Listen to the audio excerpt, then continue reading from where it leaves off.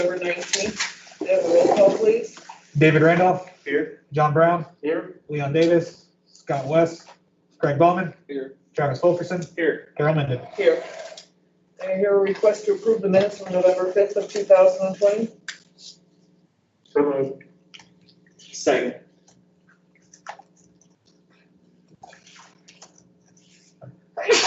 David Randolph. Yes. John Brown. Yes. Craig Bauman. Yes. Travis Fulkerson. Yes. Carol Menden. Yes. First item on the agenda is a request to approve the final plat for Hickory Creek, which is at the south of 111th and east of Elwood.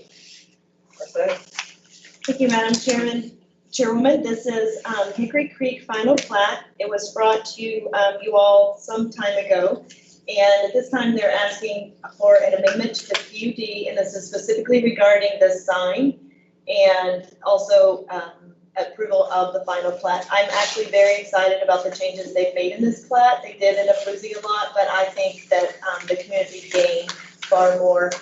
And staff does recommend approval of both. We recommend approval of the minor amendment to have a larger sign, and we recommend approval of the final plat. I did not have any comments from the technical advisory committee. Mr. Wallace is here if you have any specific questions for him, and he did include some exhibits which will make part of the record. I like it so much, I'm like, maybe we should add this to our subdivision regulation. My daughter had told me a couple of years ago, she's like, Mom, look at all these kids just standing out here waiting for the bus. It's windy, it's cold, and so I think it's a great idea. I love what they've done, and I love that they were willing to sacrifice a lot for this purpose. So if you have any questions, I can try and answer them. If not, Mr. Wallace can answer them. Anyone have any questions? I like it as well. Good. Nice. I would like it if we could have the applicant come forward and explain to us a little bit about the change in the sign, because now that I've seen the handout tonight, I have a different opinion of what I was originally thinking about, so. Or talk about the sign itself. In general would be nice. So when the planning commission approved Hickory Creek, we had just a standard single lane entry to the neighborhood. And we did meet the minimum stacking distance. As record will indicate, this project's been in construction for quite some time. So I've been able to, unfortunately so, overly bond for this project. And as I was there day after day on the Elwood, seeing the traffic and having a vision of the bus stopped on the Elwood, like it does every place else in town, et cetera. And the kids boarding the bus in the traffic, particularly now with Elwood being such a mess, that kind of brought to the forefront. So I went to the land planners and I said, what can we do differently? Well, there hasn't been one done in Tulsa yet. Show me a project in Valdosta, Georgia, of all places, that had this boulevard type entry. So it took quite a bit of re-engineering.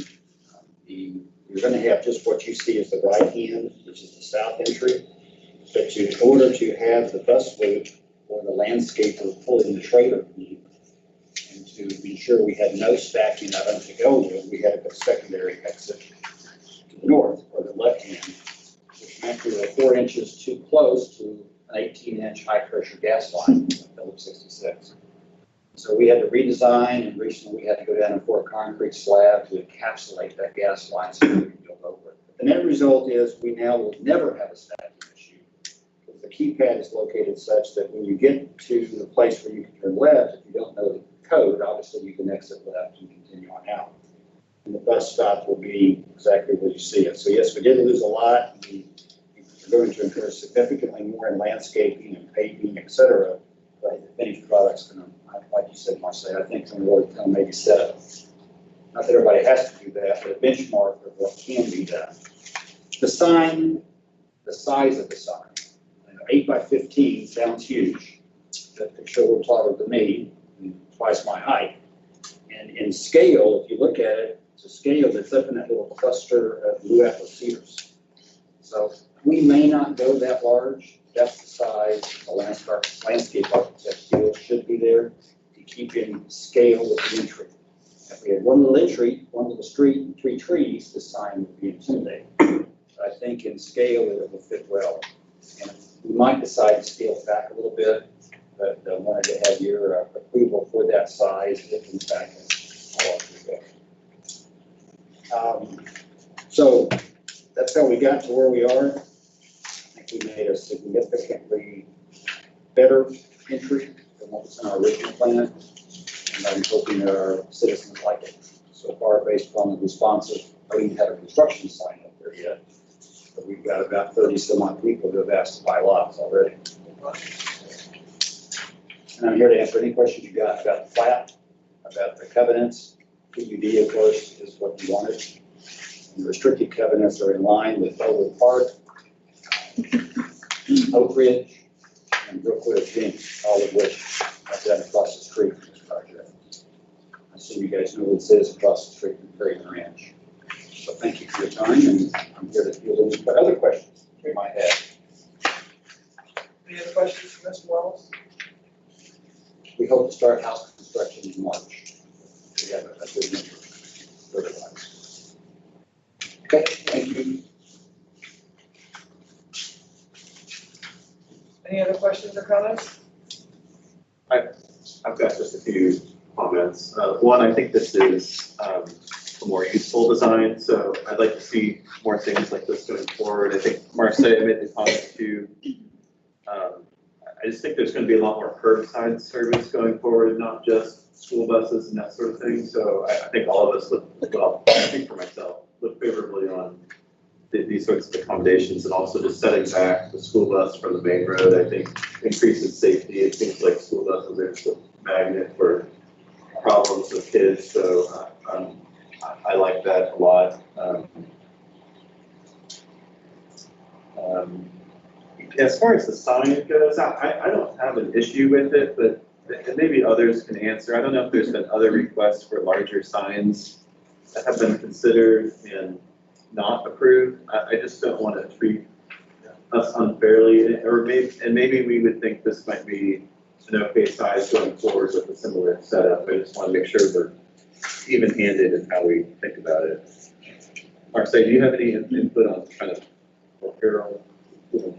Well, I was thinking the same thing along you. At first, when I saw the size of the sign change, I was like, oh my gosh, that's gonna be a huge sign. Because if you look at those stables across the way, that's probably about 15 feet.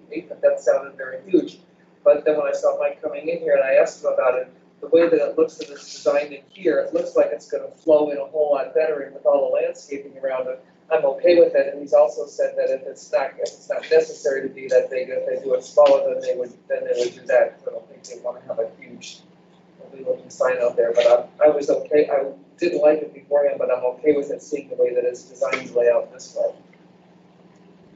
Marcia, you have any? We have not had any, since I've been here almost 9 months now, I haven't had any conversations about the size of entry signs. However, we did go around, which you approved some months back, about removing construction signs, and some of them are very large. So I know from a construction perspective, we have allowed them. And then there's the one subdivision that has 2 signs. One was quite significant as a construction sign, and because they put in brickwork and everything. So in that case, they had 2 very large signs. I think that in context, and I think we should consider the context, I think in this case, the context and the size is quite acceptable. Can I respond to that? Sure. What size would not need this change? How large could this entry sign be, and therefore not violate, if you would, a change or a pivot point to a larger sign? Because as an example, we're 8 by 15, as large as if 6 by 12 happens to be in line with our existing code, I'd be okay with that. I mean, I'd like for you to approve it the way it is, but I understand you make a valid position. I think the key is how do you measure the scale, keeping something in the scale. If this was a single entry, as I said, this sign would be way too big. If it was sitting near the street. Right. Is that about a 30-foot setback from the street? Then you got a position every. I don't think I know that. That sounds about right. It might even be from the edge of the street, not the center line. Really? That looks farther than what we would normally see for monument signs. So Right. as far as the back you go, from an appeal standpoint. While Marseille's looking, by comparison, I'll do a 4-foot by 8-foot tall construction site here in a couple of weeks, but it will be put out near the street, and it will look bigger than what this will at the location. Right. So if you go to use unit 21, it's generally speaking about business signs. And so there's not really a standard for residential development signs. I'll look in the PUD section real quick, but I think that you really are going to just have to go off of context and make a decision on that. Let me see what that section says, but I don't think it's very. In our PUD, is there verbiage already about the size? There of the was. sign? So originally you asked for 35 square feet 35 square, and you went to asking for 150. 35 square feet, so, yeah. And I think you're really only seeing it from one side, Right. whereas most signs they're turned this away, and so you would see them coming and going. So I think that could be a difference in the consideration as well. But I don't think that there's a problem. I think in the context with the landscaping and the improvement to the entry feature, I think it's a great concept, and I think the sign is acceptable. You'll probably hear me say, I don't have real strong opinions on signs unless it's on a pole, or unless it's the big plastic signs that you see on commercial buildings. Those are my only two things. I don't like those two things. Yeah, So. it seems like a lot of the problems are like lighting and that sort of thing. I mean, this is a totally different sphere, like the residential Exactly. area. This will be a laser cut metal platinum color sign, so it's not gonna have a bunch of colors and I think it'll blend in nice.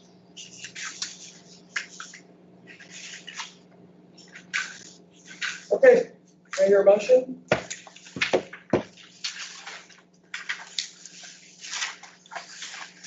I guess I'm looking for the first motion on item number 1, which is the approval for the final plat. And then the sign comes under the second order, yes, second item. I'll make a motion to approve the final plat for PUD 108. I'll second.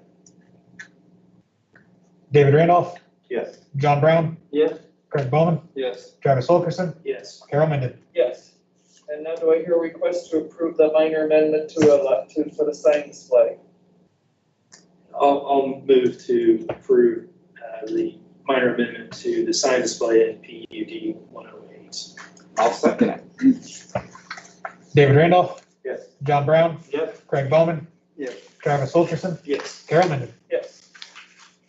Okay, next item on the agenda is other business and discussion and presentation of the Unified Development Ordinance. Marseille, we'll turn it over to you.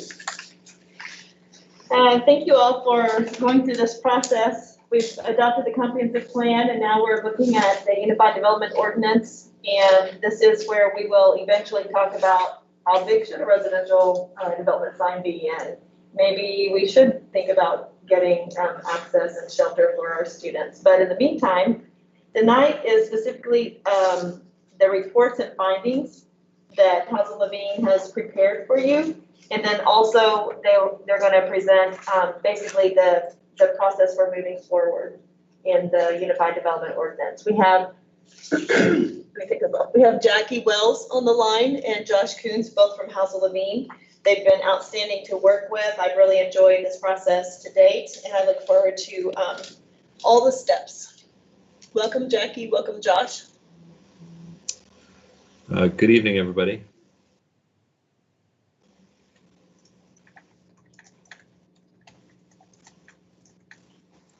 Yeah, so I guess I'll kick things off here. Good evening to the chair and the commissioners. Thank you so much for having us tonight. We're excited to be here and to see you again. And my name is Josh Kuntz. I'm a project manager and a planner with House of Levine Associates out of Chicago. And with me also tonight is Jackie. She's a planner with House of Levine, and she's also a zoning specialist for our team. And both of us have been involved in the larger Jenks project, like Marseille mentioned, since the beginning. We started, Jackie, do you want me to flip the slides?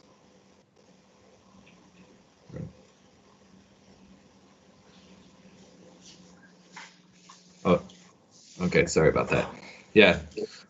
So both of us have been involved in the larger Jenks project since the beginning. We started with contracting on the project all the way back in May 2019. And then, as all of you know, we saw Jenks adopt the new Horizon Jenks Comprehensive Plan in September of 2020. So this has been a process that we've been involved in for a while. And like I said, we're really excited to be here tonight with you. So a little project overview. Why are we updating the city's land development regulations? So the new comprehensive plan, that's really your policy document. It's for use by city officials, elected and appointed officials such as yourselves, developers, business owners, citizens. It's really a document that provides the stakeholders of the community with fair certainty as you make your decisions about future growth and development. And it helps inform decision making, whether you're anticipating issues or looking at new trends and best practices and thinking about conditions that can affect the city moving forward. But what the comprehensive plan is not is it's not regulatory and it's not your zoning code. So an important thing as you're rewriting your UDO is that it needs to be based on the community's vision. And the plan really has to come first. And I think I said this last time we were talking with you all.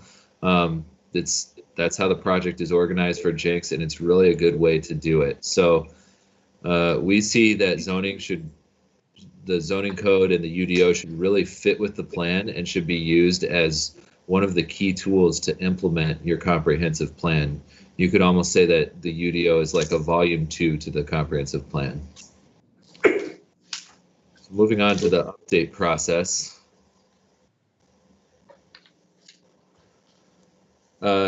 Steps 1 through 6 here, these get you from where we are today to the new UDO.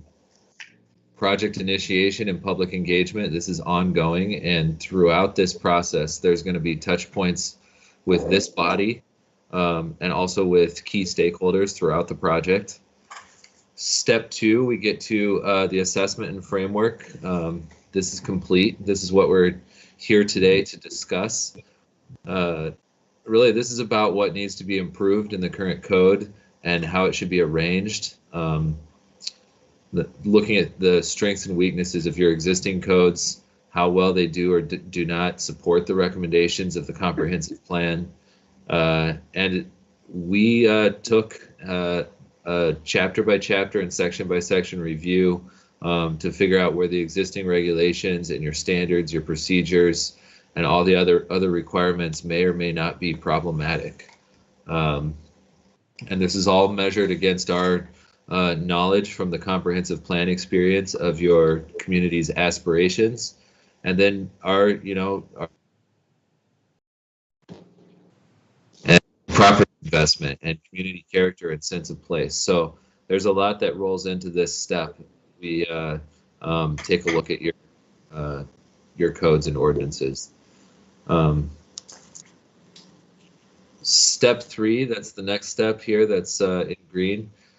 After we go through this process, and Jackie will probably touch on this a little bit more, that's when we're actually going to start developing the draft zoning language for your districts and actually start to rework and recreate the UDO for the city. So again, during that step, we're anticipating regular contact with staff, and as we go over sort of those incremental recommendations and technical language that are included in that step of the process.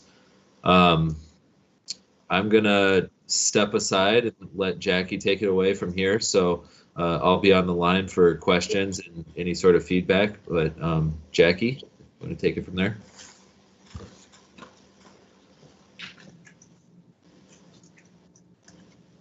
Oh, Jackie, I think you're muted.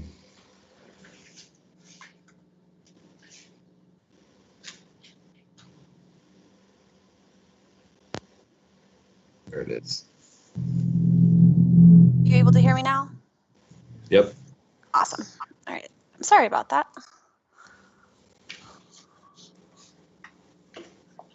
All right. Here we go again. right. So thank you, Josh, and thank you, commissioners, for having us here this evening. We're very excited to be working on the UDO for Jenks and presenting the diagnostic report. So like Josh said, the diagnostic report is a really deep dive into your existing land development regulations, including those in the zoning code and in the subdivision ordinance. So it's taking a section by section, chapter by chapter look at the code to really understand where it's working and where it's not. So we've broken up this report into 4 sections. First, the plan for the alignment with the comprehensive plan, which Josh gave a great overview on why that is so important. And then next, a summary of issues identified during the public outreach process, then the proposed UDO structure, and then our preliminary recommendations for the UDO update. So jumping right in to the alignment with the Horizon Jenks. So we took the action matrix that's at the end of the comprehensive plan and looked at all of those policies and recommended actions through a zoning lens. So we looked at how we could implement these policies and recommended actions through amendments to the UDO. So I won't go through all of these in a lot of detail. There is a very long table as an appendix to the diagnostic report, but we did take a really, really deep dive into the comprehensive plan and the zoning ordinance to understand where there was mismatch. So then moving into the issues identified during outreach, there is scoped outreach for the beginning of the process for the UDO update, but because of the COVID world that we're living in currently, we felt that pushing that outreach to later in the process and having it either in person or virtual and having something for participants to respond to rather than let us know what their initial thoughts about the ordinances were would be more beneficial for everyone involved. So instead of interviewing people or having workshops to discuss the issues with the existing code, we took all of the feedback that we got from the comprehensive plan process and looked at it through a zoning lens. So these were the 4 main topics or main issues and concerns that participants of community outreach for the comprehensive plan had. So the first one, the traffic, and I know we touched on this with the subdivision that was just approved. So the traffic along Elm Street and Elwood Avenue was a real top concern for participants. So ways to address this through the UDO update process might include things like adding the bus stop, or we are including a connectivity index. So looking at increasing the connections within subdivisions so that people are better able to travel on local streets or side streets than on streets like Elm or Elwood. Moving into active transportation, so pedestrian and bicycle infrastructure was a desire for the community. So ways to address this and make that system work better through the UDO is looking at pedestrian walkways within parking lots or requiring bicycle parking with new development. Moving into housing, outreach participants really talked about the need for more diverse housing and the need to keep housing in keeping with the desired character of development for the community. So to increase the amount of housing diversity within the community, we could look at requiring a range of housing types be developed within a single subdivision. And then for the desired character of development, introducing anti-monotony standards within that subdivision code. Then moving down to the downtown and Old Town Jenks revitalization, this was a real, top issue for community participants. So the development of vacant lots and facade upgrades. So to ensure that these reinvestments and redevelopments of this area are in keeping with the comprehensive plan, we could look at aligning the standards for the overlay district and the base districts with the sub-area for the downtown. So moving into the proposed UDO structure, we're really recommending a complete overhaul to the organization of the existing zoning code and subdivision ordinance. So we're recommending 11 articles, starting with general provisions and then ending with definitions. So as you can see on this graphic, we're really proposing a funnel-like structure to the code. So it would really walk people through and guide them through the process rather than requiring a lot of cross-referencing or flipping back and forth. So it's really meant to be a very user-friendly organization where we start with really broad general concepts and move into the very specific and the very detailed. And we'll go into each one of these articles with our preliminary recommendations. So starting with Article 1, we would recommend that the very first article, the very first thing you see when you open the UDO are the general provisions. So the things that set up the defensibility of the ordinance, so the title, intent, purpose, interpretation, and rules and construction of language. Then as you move into Article 2, we establish the district. So we're recommending that all of the purpose and intent statements for Jenks' zoning districts be consolidated into Article 2. We would also recommend that the purpose and intent statements for the base districts and the purpose and intent statements of the overlay districts be aligned with Horizon Jenks. So those base districts should be aligned with the future land use categories, with the land use plan shown here on the slide. And then the overlay districts be aligned with the downtown and the riverfront subareas. Through the comprehensive planning process, we heard that the city is really interested in not increasing the amount of land that is used for heavy industrial uses. So really wanting to transition away from heavy industrial uses into more light manufacturing or heavy commercial uses. So to accomplish this, we would recommend that the city consider transitioning the IM district to a legacy district. So this would not make the existing IM designated parcels non-conforming. They would still be able to reinvest in their properties, expand their current operations within the land they have currently, but they wouldn't be able to, and no one would be able to rezone additional property to the IM district. We would also recommend that the city revise the CH district, the highway commercial district, to align with the downtown sub-area plan.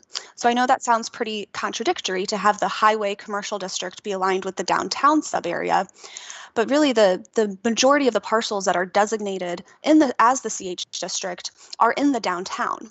So because of that, we really want to take advantage of this opportunity to not proactively rezone properties, but to better align the existing zoning designations of those properties to the regulations that we were hoping to see for those areas going forward.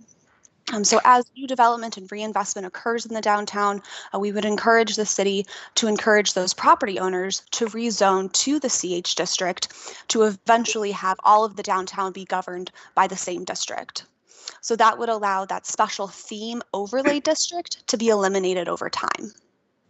Similarly, we would recommend eliminating the corridor appearance overlay district, since as we'll discuss further on, we're recommending stricter standards or better standards for things like landscaping and signs throughout the city, not just in those commercial corridor areas. Are there any questions on Article 1 and Article 2 recommendations yet?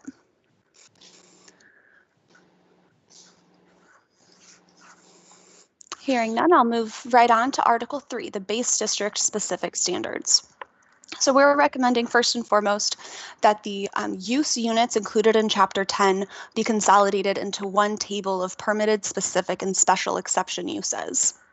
So this will really help to compare what is allowed across districts and really get a better understanding of the types of uses that are permitted throughout the city and the different zoning districts. We would also recommend that the use table be updated to address these new uses that it currently doesn't adequately address or doesn't address at all. So these are all uses that came out of the comprehensive plan as being desirable in the community. We also recommend that Article 3 include the dimensional standards for the district. So things like your required yard setbacks, lot area, and lot width. One of the things we heard through the comprehensive planning process is that the majority of development in the city comes in as a PUD, which means that there's likely deviations from the underlying zoning, and that the underlying zoning isn't really getting the type of development that is, one, market viable, and two, desirable in the community. So to ensure that our base zoning districts are allowing developers in the city to get that development pattern that is desirable and existing in the town, we took a look at the existing lot area and lot width requirements for the city's residential zoning districts. So we compared the existing requirements for lot area and lot width to the development patterns that exist on the ground. So in the RS1 district, the existing lot area minimum is 13,500 square feet, and 26% of lots within the RS1 district are less than that minimum. Similar with the lot width minimum, the existing requirement is 100 feet, and 41% do not comply with that minimum requirement. So this really shows that the existing standards for the RS1 district don't reflect the development that's on the ground. So to better understand what minimums would reflect that development, we tested alternatives. So we went down to 12,000 for the lot area, then 11, then 10, then 9, and similar for the lot width, we went down all the way to 60 feet. So we thought the 10,000 square feet and the 9,000 square feet might be good lot area minimums, and that the 70 feet and the 60 feet might be good lot width minimums. But to ensure that the new minimums wouldn't alter the character of these existing neighborhoods, we tested opportunities for subdivision. And that revealed that the 10,000 square foot lot area minimum and the 70-foot lot width minimum were really the best minimums for this RS1 district. They would create a minimal number of opportunities, new opportunities for subdivision, and really help to retain the character of the existing areas. We did a similar analysis for the RS2 district, which currently has an existing lot area minimum of 9,000 square feet and an existing lot width minimum of 75 feet. The level of nonconformity is much higher in the RS2 district, so 50% of lots are less than the minimum in the RS2 district, and then 70% are less than that lot width minimum. So we tested new minimums to see what that new minimum should be, and found that 8,000 square feet or 7,000 square feet would be a much more suitable lot area, and that 55 feet or 50 feet would be a more suitable lot width. So based on that opportunities for subdivision analysis, we found that the 8,000 square foot lot area minimum and the 55-foot lot width minimum would really be the best suited for the RS2 district. It would create minimal amounts of opportunities, new opportunities for subdivision, and help to bring down that level of nonconformity.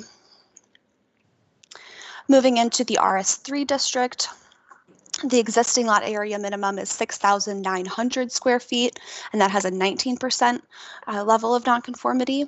And the existing lot width minimum is 65 feet with a 49% level of nonconformity. So when we tested new minimums, we found that 5,500 or 5,000 might be a better lot area minimum, and that 50 feet or 45 feet might be a better lot width minimum. So based on that new opportunities for subdivision analysis, we found that 5,000 square feet and 45 feet were more suitable minimums for the RS3 district. Are there any questions about the dimensional standards, appropriate analysis, or the recommendations for the use table? I have a question. Yes. I have a question. One of the questions that I have on this is that if this is what you're recommending, what happens to this? This doesn't affect what's already built, correct? No, it does not. But it helps to bring what's already built into conformity with the base district regulations. But since the majority of development within Jenks has been approved as a PUD, those properties aren't considered non-conforming since they do comply with those approved PUD ordinances. So basically that this has us moving forward to any new developments that would come up. Yes, that's right. So we're hoping by right-sizing the requirements for these districts to reflect the type of development that's been approved through a PUD, that new residential development will be able to be done as of right, like just through a straight subdivision process, rather than going through the PUD process, which allows people to request flexibility from that underlying zoning. Okay. I would comment that when we were going through Tory Lakes, which was when I first got here, we had several citizens who watch our agenda and look in detail at what is being approved and what the PUDs say. And I think it's very interesting because this is what some of them have been saying all along. You're not even close to meeting the bulk and area standards that exist. And I thought it was interesting to see what, as a historically, has been approved within the city of Jenks, and it's far smaller than what I would have guessed. But it doesn't mean it's bad. It's very interesting that the percentages that don't comply with the category that they were zoned for. I've got one quick comment and caveat. I appreciate this analysis, and this is really interesting to see, especially with their GIS software. But if we were to move to this level, I don't want us to then move even lower, you know, for specific developments. I'd kind of like for that to be the standard absent some special situation. You know, I don't want 10 years from now, 23% to be below 10,000, for example. Just a comment. I would kind of follow along with that too. Some of the non-conforming we have, of course, going back to PUD, but then we had non-conforming before the current code was put into place. And I know that a former city manager going back a few seasons ago was concerned about the overland use and density that we've seen in other suburban communities around Tulsa and did not want to overdevelop, which is why we went with larger lot sizes. I'd also just ask a question too about the impact then as we work on the language of the UDO, because right now we're looking at density per acre, if we're going to have to update all the language on that. So there are a couple of questions or items in there that I would like to address. So I definitely agree that by lowering the minimums, does that then set the stage for more PUDs to be requested for even lower minimums? So I think one of the ways we're going to be addressing that is by revising the PUD ordinance. And we'll discuss that further in the presentation. But I think the tweaks to the PUD ordinance will ensure that if that is a process that developers elect to enter into, it really is for a benefit to the community and isn't just to develop a subdivision with market viable lot sizes. And then for the open space requirements, I think there are so many other mechanisms for getting that open space that the city desires. So through the subdivision ordinance or the PUD process, requiring levels of open space that's not only people's private yards, but also community public gathering spaces that are really areas of activation for a community and a neighborhood. So I hope those two items that we'll discuss later in the presentation will help to relieve some of your concerns about lowering the lot area and lot width minimums.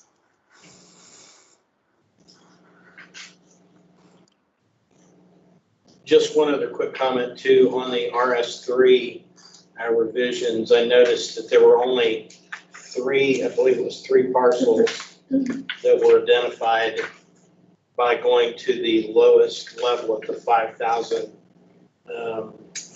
square feet versus the 5,500.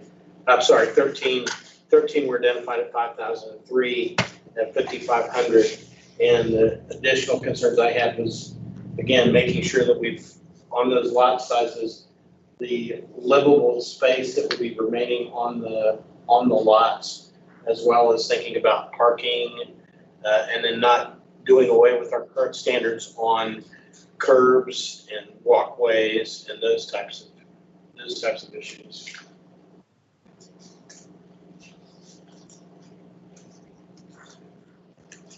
Jackie, are you able to hear? Yes. So it was concern about maybe reducing standards to lower than what your current requirements are by reducing the lot area minimums. So I think because this is really reflecting the existing development that's on the ground, you wouldn't see a lower standard for new development that would be, built to these standards. I think, as we'll discuss later on, the development standards for all development within the city and those established through the subdivision ordinance are recommended to be enhanced. So I do not imagine that by lowering the lot area or lot width minimums that you would see a lower standard of development in the community.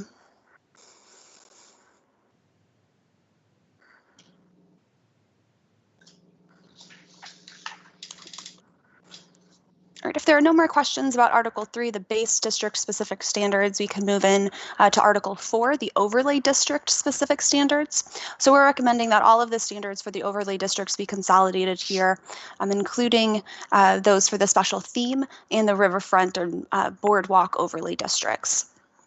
Again, we're recommending that the corridor overlay district be eliminated.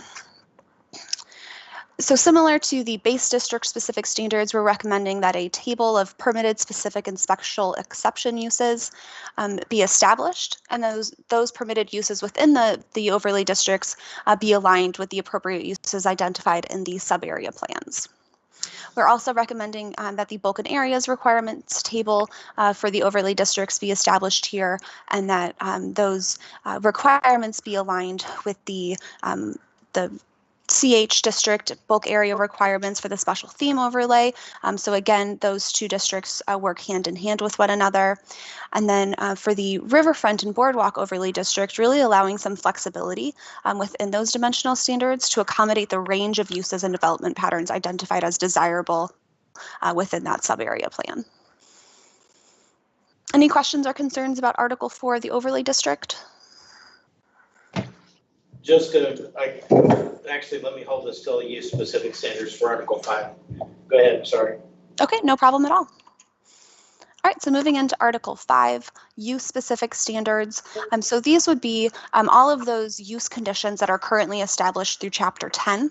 So there's additional standards that certain uses would be held to, and those standards would only be applicable to those specific uses. So we're recommending that all of those that are established in Chapter 10 be moved to this section, as well as we recommend that you establish new use-specific standards for the uses listed here. So these are primarily uses that were identified as being desirable new uses to include in the UDO, or some standards that we felt were missing, like outdoor dining or standards for drive-throughs. Any questions or concerns about the use-specific standards? Okay, just a general question then, because I know that there's been discussion about consolidating the tables. Will we be able to, what you're proposing, will be able to limit of the use standards, for example, in the riverfront or downtown districts, the overlay districts? The concern that I have is where we've seen a lack of standards in other areas where you see an overuse of certain types of businesses, where maybe an entire street or district becomes car lots or storage facilities. Or if we go back to the history where at one time our entire downtown area was dedicated towards antiques.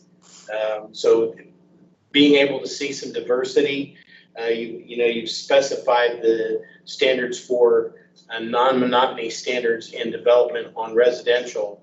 What can we do in the way of ensuring that we don't have too much density or overuse of a certain type if all of these specific uses are included in one table? Will we be able to break that up?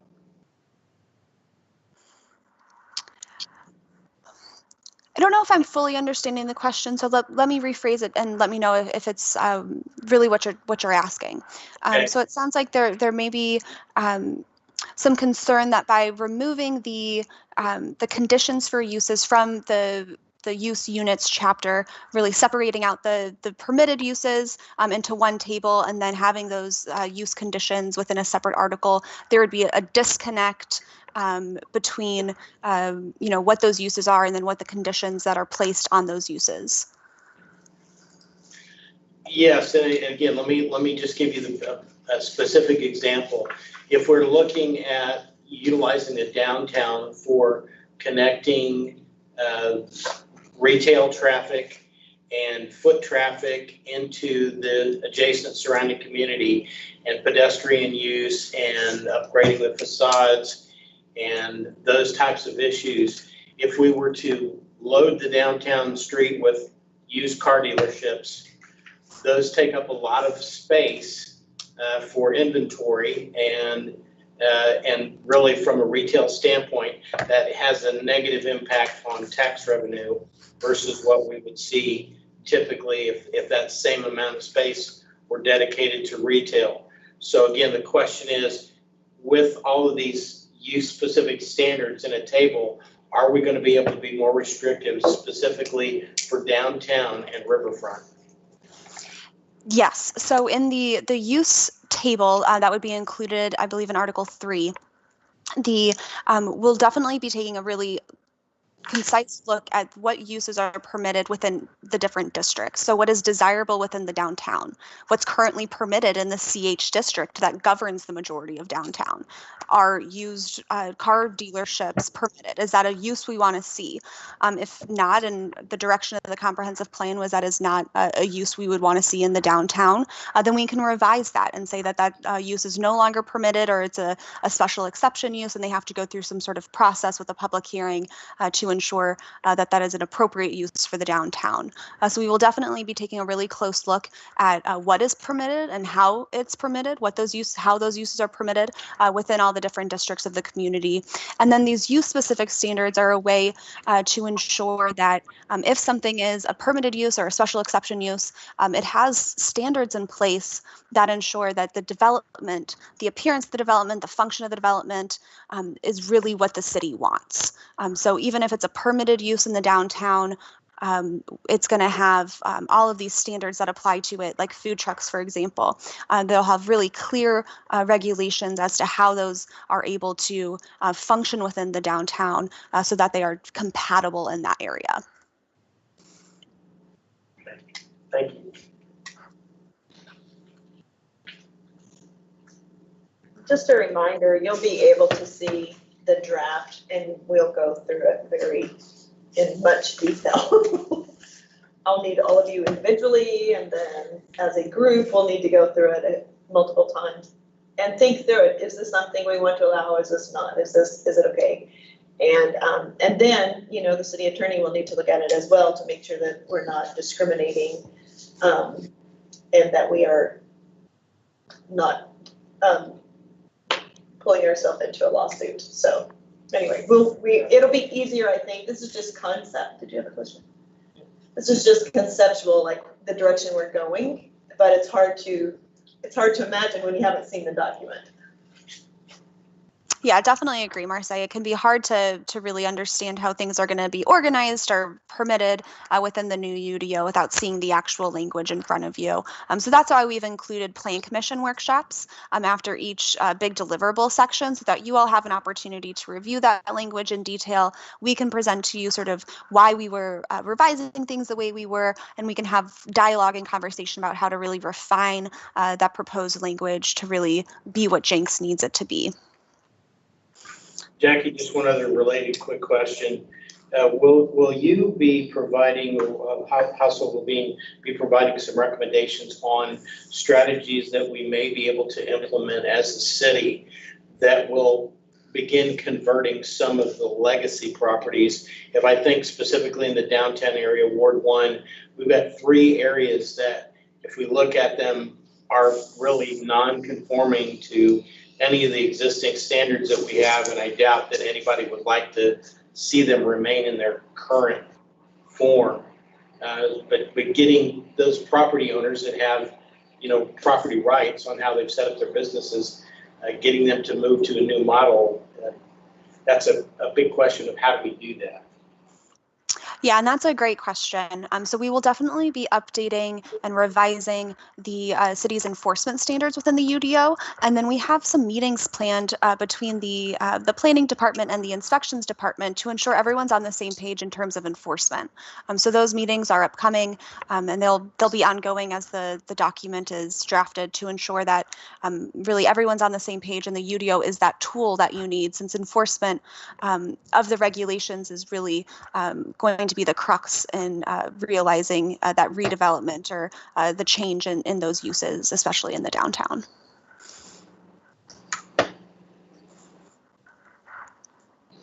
All right, if there are no more questions on Article 5, I can move into Article 6. All right, so Article 6, we are recommending be the General Development Standards chapter. So this would include all of those standards that apply throughout the city. So not just use specific or district specific, but things that would be more overarching throughout the community. So first, starting off with off-street parking and loading, we did hear a lot about the amount of parking that's required, or the appearance of parking lots throughout the comprehensive plan process. So we're first and foremost recommending that all of the off-street parking and loading requirements that are included within the different use units be consolidated into this chapter. And then we're recommending that the city right-size its minimum parking requirements. So really taking a hard look at what those minimum numbers are, and then what is really the average or the demand for parking for those uses, and really helping to align those with best practice, not only for the region, but for the country. Then we'll look at eliminating loading space requirements. So because the trucking industry is evolving so quickly, it's difficult for a UDO or any zoning regulation to establish standards that really make sense or work for all different types of manufacturing, industrial, commercial uses.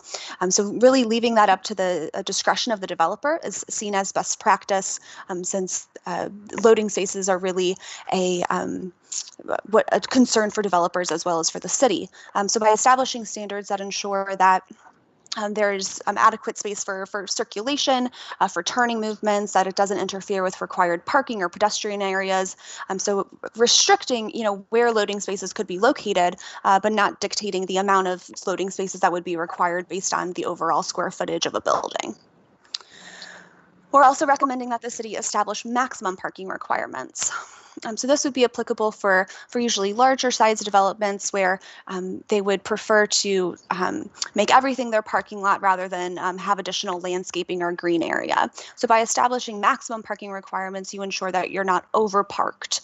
You don't have, the target that is has enough parking for Black Friday and then is used maybe 25% of the parking for the rest of the year. So really looking at ensuring that there is a maximum that works and is feasible, but also having the right size minimum requirement to ensure that there is viable parking within the city. We're also looking at establishing shared parking standards to allow for multiple users to share parking spaces if they have different primary hours of operation. So if you have a bank that's open only during the daytime and another use that's open only in the evening hours, perhaps they could share parking and really reduce the overall amount of impervious surface within the community. We'd also recommend the city consider establishing permitted adjustments to required parking. So for things like if you're within a certain distance to a complete sidewalk network, or you are within locations for transit stops, different allowances for adjustments to required parking so that you could allow for tweaks to that minimum to bring it lower to what would really be the demand for that use. We'd also recommend that the city eliminate the minimum parking requirement for non-residential uses in the downtown area. So what would be the CH district and that special theme overlay district. Majority of municipalities across the country that have really vibrant, thriving downtowns are that way because they don't require off-street parking, for all of the commercial uses within that area. Because if you were to require that, you'd get a lot more parking lots than you would have, restaurants and stores. So by eliminating that minimum parking requirement and having that be covered through on-street parking and city-owned parking lots, you really allow for the maximum development potential of that downtown area. We'd also recommend that the city update its parking lot servicing requirements to allow for more green infrastructure options. So things like impervious surfaces, you're seeing as being a really tried and tested way of making stormwater management a little easier for a community. So moving into landscape, we are recommending that the city establish citywide landscape requirements for all multifamily and non-residential uses. So we'd recommend that the landscape requirements be established for 4 different areas. One, the perimeter of parking lots, which is shown in this graphic as that purple area. So it would be the perimeter of parking lots as they face public rights-of-way, or streets, not alleys. And then interior of parking lots, which is this blue area. So it would be things like parking lot medians or parking lot islands. Building foundations, which is the yellow in the graph. And then transition yards, which is the green area. So it would be the yards, the side yards between different uses. So next, we're recommending that the city establish screening requirements for trash and recycling receptacles, ground and roof mounted mechanical equipment, and then drive-throughs when they're adjacent to residential areas.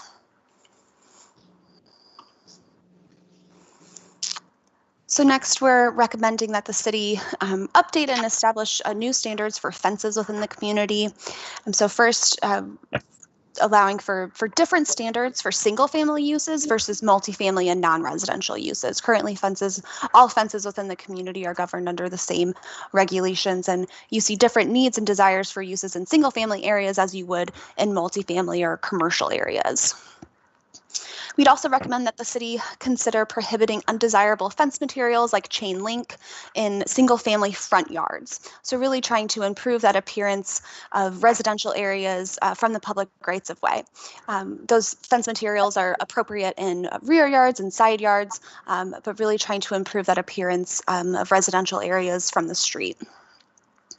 Next, to that same vein, limiting those front yard fences to 50% opaque, so you have some ability to see through into the yard. So think your white picket fence or like a metal fence with bars.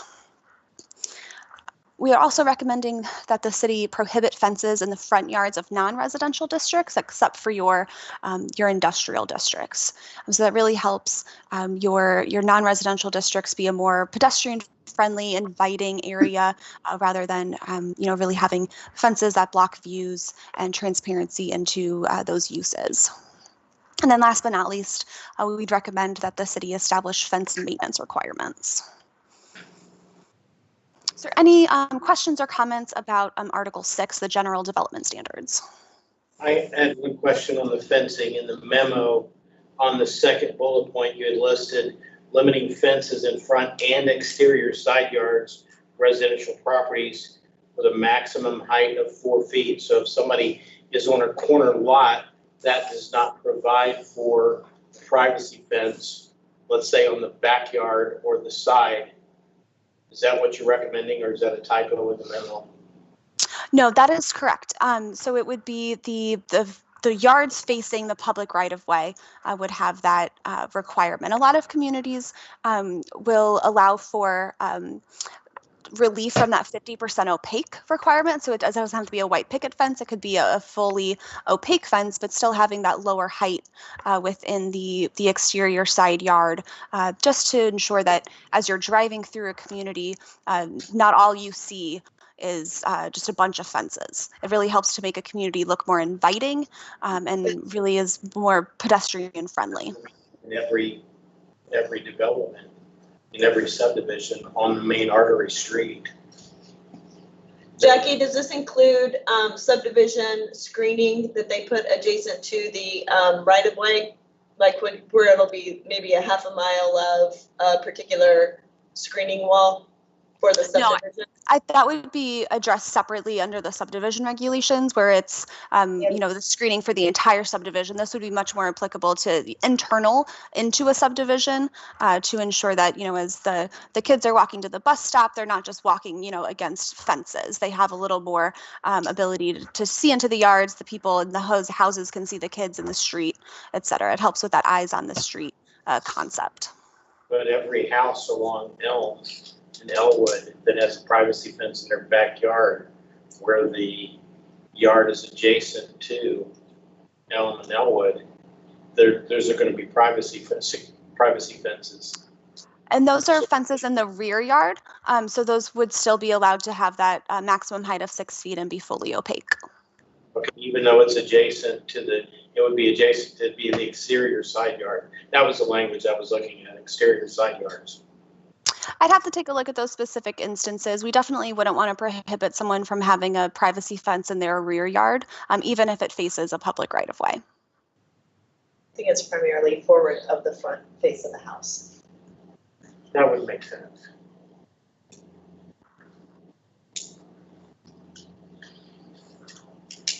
Any other questions or comments about screening, landscaping, fences, or parking? Just very briefly, this is great, by the way. The only thing I'm picking at is this 4-foot fencing. I think people sometimes want their privacy and to keep people out from being able to jump over fences, for example. I know that's a concern. I don't disagree with any of your other thoughts on why a 4-foot less opaque fence is good, but I'm curious to see just where this goes and to read it more fully as you develop the UDO, but that's just a concern I wanted to put out there now.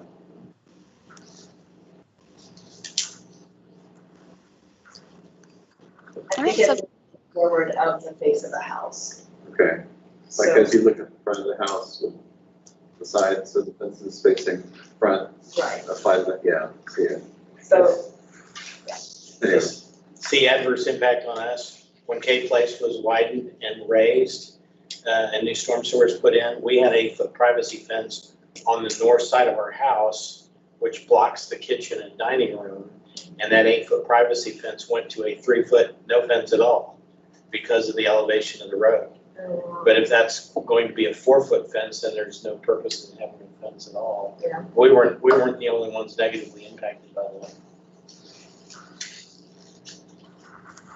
I think the overall goal is to, the idea that a safer community is a community where there are more people out walking, there are more people interacting, there are more people able to connect. And so if it's, if all you do is see 6-8-foot walls, you know, there's not much connectivity. So, I think once you see the actual illustrations and things, it'll be a little bit clearer, Yeah. and we're certainly open to modifying it. I haven't I seen get it the yet, idea so. of it, but same thing, if you're at your dining room table, you want people looking down in your house, watching you eat dinner. Well, and I think within those specific instances, we definitely have to look at how fences are measured. So against what grade does that height limitation, what is that related to? So is it the grade of the property, or is it the grade of the adjacent road? So if in this instance, if it was the grade of the adjacent road, then your fence would be able to be much higher. So we can look at those measurement requirements to ensure that they are adequate for those types of circumstances. You have to have an engineer to get that fence. Yeah, exactly. Right, so moving into Article 7, the sign standards. So first and foremost, we'll have to update the sign standards to comply with a Supreme Court decision in the Reed versus Town of Gilbert, Arizona case, which came down in 2016. So this decision clarified that commercial and non-commercial speech is protected in terms of signage. So signs are considered protected speech under the First Amendment. So that means that municipalities are no longer able to regulate signs based on their content. So signs that may have specific regulations for political signs or real estate signs, all of those differentiations between signs based on their content are a violation of this decision of the Supreme Court.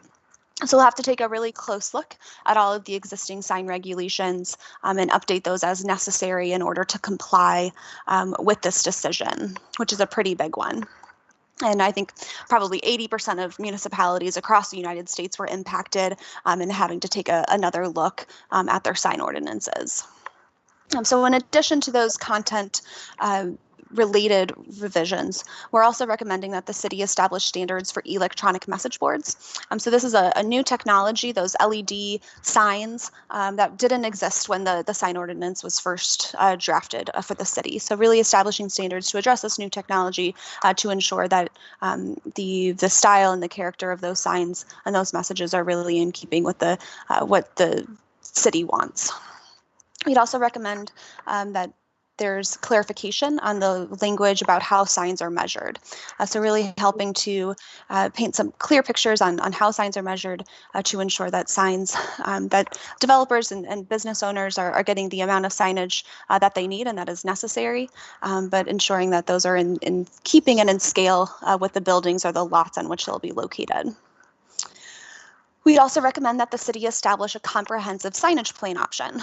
So for those properties that may have more complicated sign needs that really can't meet the standards of the sign of Article 7, would have an opportunity or an option to go through a separate process similar to a PUD just for signs.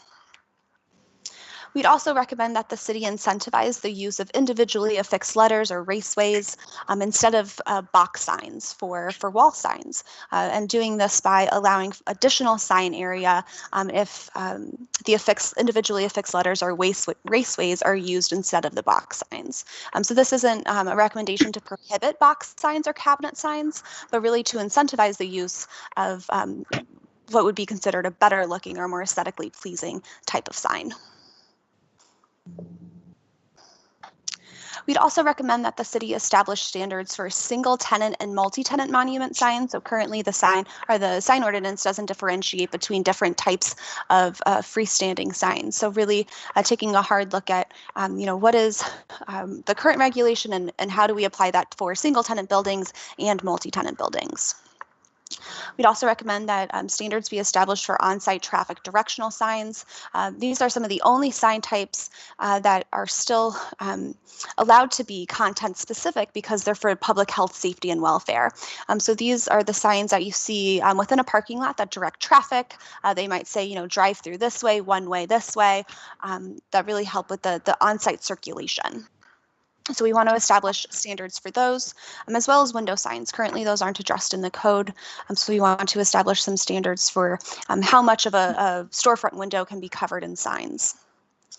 And then for the temporary signs, because the Reed v. Gilbert case really impacted temporary signs more than any other type of sign, we'd recommend that the city establish standards for more content neutral temporary signs like wall mounted banners, ground mounted banners, and feather signs.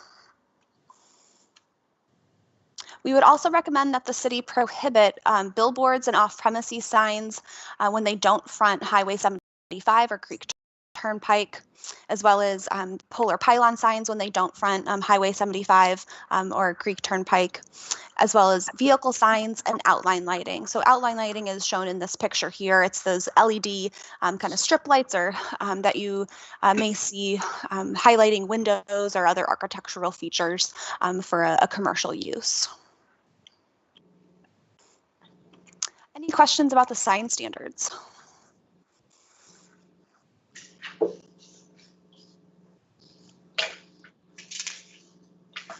All right, hearing none, I'll move forward into planned unit development standards. So we are recommending that the city establish a fully new PUD process. So completely scrapping the PUD process you have currently and establishing fully new standards.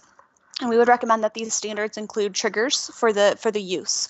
So whether it is the size of the development, the type of development, or the location of the development, we'd recommend that some type of trigger be established for when the PUD process can be opted into.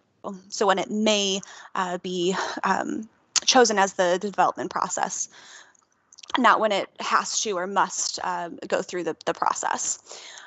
We'd also recommend that standards for review be established, especially those that require alignment with the comprehensive plan. And then looking at modification standards as well. So you have your site development allowances, those deviations from the underlying zoning, and then you all have the ability to review those requests for deviation from the underlying zoning based on the modification standards. So those really ensure that the PUD brings that public benefit and it is a higher quality of design and architecture and is very innovative and creative rather than the sort of prototypical development that you would be able to get without using the PUD process. And then overall, we'll make the PUD process more streamlined and clear for the review and approval procedures. Any questions on the PUD?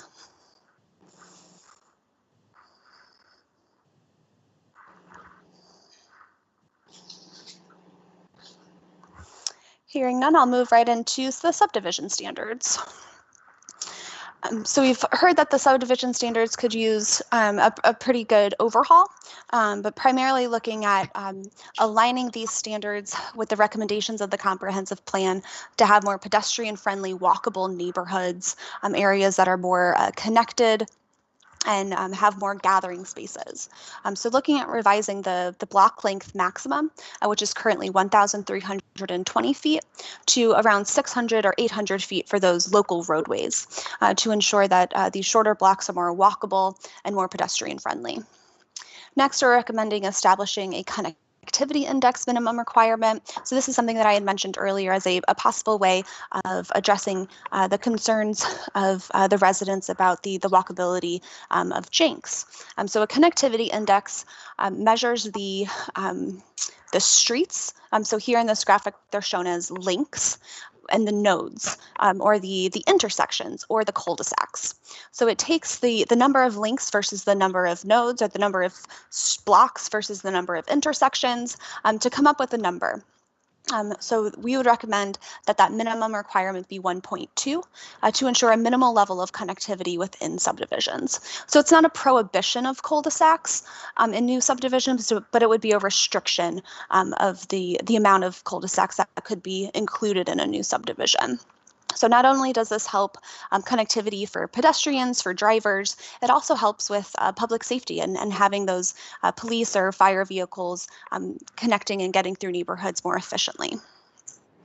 We'd also recommend establishing open space and recreational amenity requirements within subdivisions. This gets back to a concern that was brought up by a commissioner earlier this evening about if there are smaller lot sizes, does that mean there's less open space? And I think that we can accomplish both, having the lot sizes that are really desirable and work well in the community, as well as having great open spaces and recreational amenities that the community and the neighborhoods can share and gather in.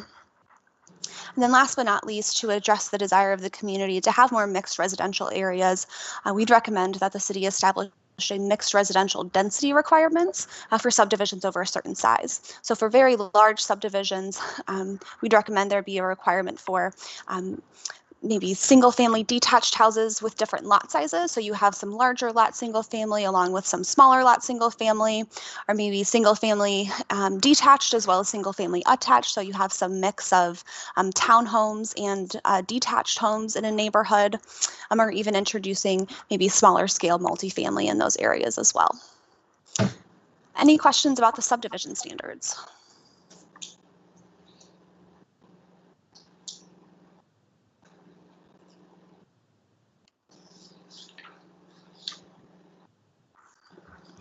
We'd also recommend that the city establish street cross-section requirements.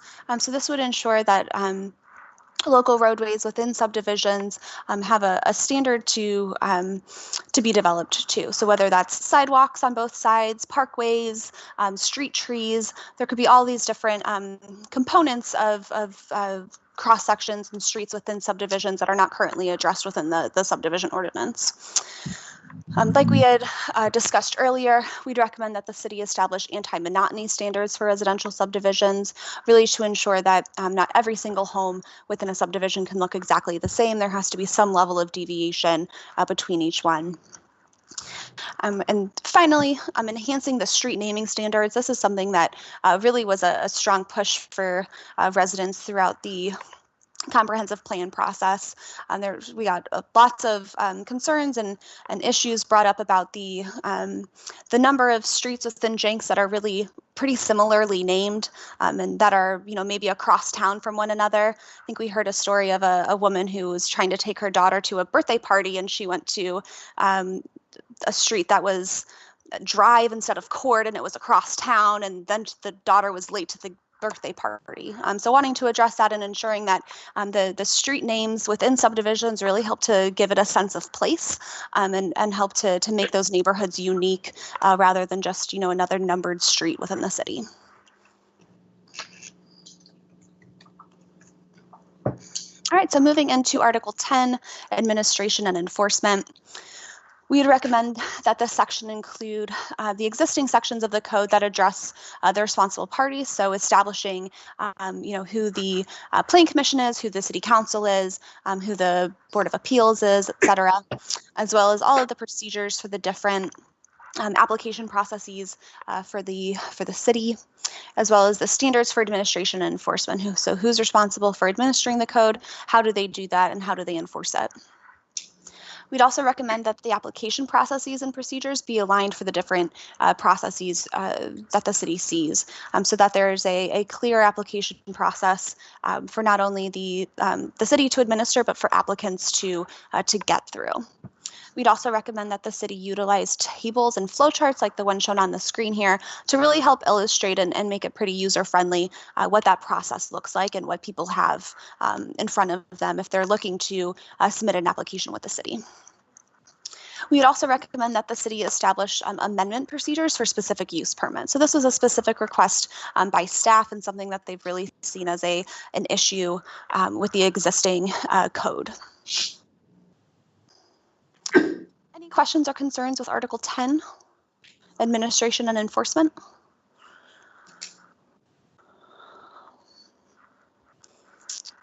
We can move into our final article, definitions. So we really think it's important for the definition section to be at the end of the UDO to really act as a reference or an index for people using it. It's not something that should be located at the beginning of the UDO because it'd be just a lot of text, a lot of pages to get through that really don't enhance a user experience. So it's something that's referenced when needed and not something that needs to be read thoroughly. So we'd recommend that all of the definitions within the zoning and subdivision ordinances be consolidated into Article 12. We'd also recommend that all measurements and quantifiable standards be removed from definitions and be placed in more suitable areas that are more user-friendly or more streamlined to find, so that you're not surprised at the end about an additional requirement that you didn't know about when you read about the use-specific standards for something per se. We'd also recommend that any terms that are only defined in reference to other terms be deleted. They might not be necessary, or they might have more distinctive definitions that may be necessary. We'd also recommend that the city review definitions, all of the definitions that are included in the code against current constitutional, federal, and state legal standards and revise those as necessary. So some that we'll definitely be taking a look at are adult uses, religious institutions, the definition of family, definitions for signs, and the definitions for group homes. Any questions or concerns about definitions? Any other questions or concerns about any of our preliminary recommendations for the UDO as a whole? All right. Oh, go ahead. I had sort of a general comment, but only if you're done with the presentation part. If we Yes, have please go ahead. one slide. One more slide. Is there one more slide? Go ahead. It's just a couple slides to talk about next steps, but if it's a general comment about our preliminary recommendations, I'd love to hear them now. Okay, I'll go ahead. Just briefly, first of all, I think our current zoning code was useful for a time, but having something with national best practices will really improve this whole process. I mean, I agree with the overhaul and like a good legal document. If it reads better, that really improves everyone's life. And there's a lot of good stuff in here, the connectivity index, the preserving environmental stuff, being more flexible with parking, improving the PUD, more uses, breweries, artisan, I'm just really impressed by all this and excited where it's going. I mean, we'll need to tweak it and review it carefully, but I appreciate your work on all this, and I think this is a big improvement for Jenks. Thank you. I really appreciate you saying that. And definitely as we move forward into drafting the actual sections, we'll be sort of taking this high level theory on how to update the code and really seeing how it applies to the existing language. So definitely we'll be looking at you all as partners in this update process and really hoping we can work hand in hand to ensure that the final product for Jenks is the UDO the city really needs. So with that, I want to go into a brief conversation about our next steps and how we actually get to that new UDO. So first we have public outreach. So those workshops that we originally had scoped for the beginning of the process, we're proposing be moved to right around this time so that we can discuss with residents and business owners and all other Jenks stakeholders what we are preliminarily recommending be those changes to the UDO. So we'll work with Marseille to get these workshops scheduled, the subdivision ordinance focus group scheduled, to ensure that we have that public feedback on what our preliminary recommendations are. We'll then move into drafting Articles 1 through 5. So we'll be looking at the general provisions, establishment of districts, the base district specific standards, the overlay district specific standards, and the use specific standards. So this is really a great package to understand, what is going to be allowed in the different districts and how those uses will be allowed. And then the next deliverable package will be all of those remaining sections, so development standards through to definitions. And then we'll be into the adoption process. So any questions or comments about next steps? Jackie, excuse me, are we still within a 6-month time frame, or do you think it's more or less at this point for adoption? I think we are tracking well to finish up within that 6-month time frame. I think we've really stuck with our timeline, and staff has been really great in getting us all the feedback that we need to ensure that these documents are refined and really Jenks specific before we bring them all to you. And I imagine that the review and update process for the actual deliverable sections of the UDO will go through that same very efficient process.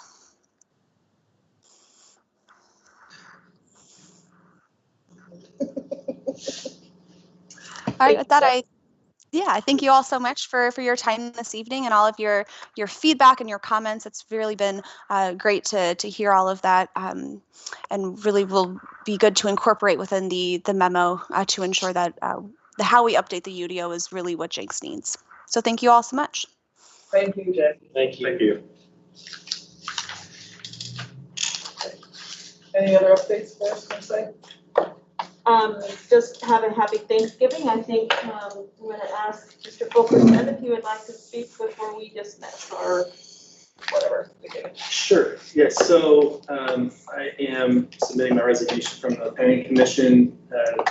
We're in the process of purchasing a new house that is not in Jenks. We're moving out into the country onto 9 acres, and excited to do so. Our family enjoys kind of that lifestyle, and my daughter has really taken to horseback riding and those kind of country living. I grew up in the country, so a return for me. So that's what we'll be doing, and so obviously disappointed I won't be able to continue living in Jenks. I'm excited for Jenks' future. This is a tremendous process that we've been going through. I think the comprehensive plan is wonderful. More specifically, I think the update to the UDO is really exciting. I mean, that's, to me, the one thing about what we do that's been difficult is not having great guidelines to work from and kind of inconsistent guidelines to work from. So I'm excited for you all and for the development of Jenks with this. And then finally, just one thing, I've always enjoyed working with each of you. I think the one thing that this has taught me is that local government is as good as the people who are involved in it. And it's this community is in good hands. Everybody I've dealt with has been fantastic, obviously has the best interests of Jenks at heart, and they really do. Obviously, we're all volunteers. We do this to dedicate our time to help improve this community. And so the city is in good hands. So. Well, we will certainly miss you. And thank you for the time that you spent working with us in the city. Thank you. It's been a valuable asset to the group. I really appreciate your service. Thank you very much. Thank you. As of right now, we do not have any meetings for December scheduled. And then in January, we will move to one time a month. All All right. Maybe life will be a little more normal. We're at countywide. We're just moving the mounds. Okay. So we're staying on the south side, so we'll be. There's a lot of land down there. We'll be around. So. Okay. Do I hear a motion to adjourn? I'll move to adjourn.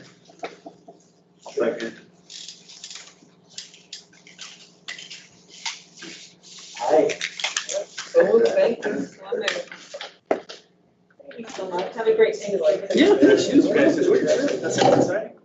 Yeah. Yeah, we were.